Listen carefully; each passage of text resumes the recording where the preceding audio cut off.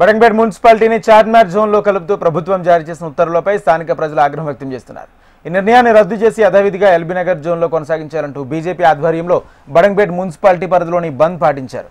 Badangpet municipality BJP అధ్యక్షుడు రామకృష్ణారెడ్డి ఆధ్వర్యంలో దుకాణాలు, పాఠశాలలు మూసివేశారు.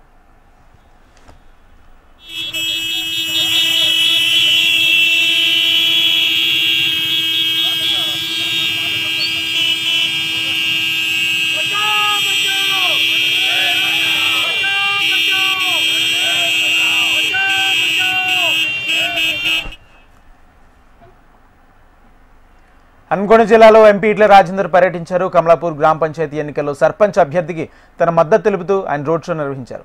తన ప్రస్థానం కమలాపూర్ నుంచే మొదలైందన్నారు. డబ్బు కోసం ఓటు వేస్తే అభివృద్ధి జరగదని, మంచి అభ్యర్థిని ఎన్నుకోవాలని ప్రజలకు ఎంపీ ఈటెల రాజేందర్ సూచించారు. నీ రేషన్ కార్డ్, నీ డబుల్ బెడ్రూమ్, నీ సిమెంట్ రోడ్లు, నీ మోరీలు, ఇవాళ గ్రామ పంచాయతీ భవనాలు, దవాఖాలు చక్కగా నడవాలంటే, పెరిగే చెట్లు పచ్చగా ఉండాలంటే ఇవాళ నిధులు వచ్చేది కేంద్ర ప్రభుత్వం దగ్గర నుంచి కాబట్టి నేనే అక్కడ ఉంటా కాబట్టి తప్పకుండా మీరు ఈ సతీష్ని కానీ సతీష్తో పాటుకున్నటువంటి వార్డు మెంబర్ని మీరు గెలిపించి ఇవ్వండి. మళ్ళీ పాత పద్ధతిలో మీకు పనిచేసి పెడతా అని చెప్పి మనం చెప్తా ఉన్నాం.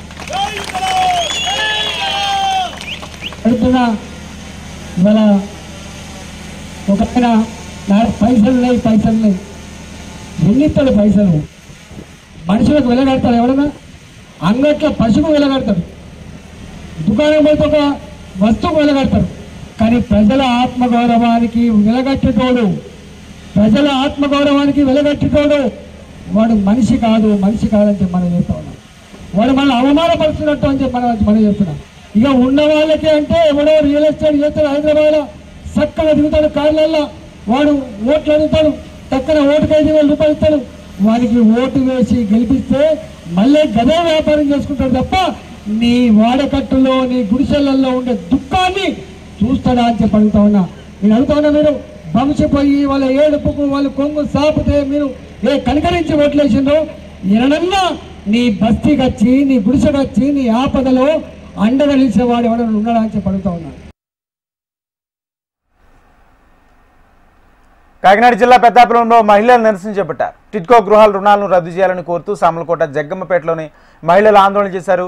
గృహాలను అప్పగించక ముందే రుణాల మంజూరు, వడ్డీలు భారీగా పెరిగిపోయినట్లు వారు తెలిపారు. అప్పులు చెల్లించాలని అధికారులు డిమాండ్ చేయడంతో బాధితులు ఇబ్బందులకు గురవుతున్నారు. తక్షణమే రుణాలను రద్దు చేయాలని వారు డిమాండ్ చేశారు.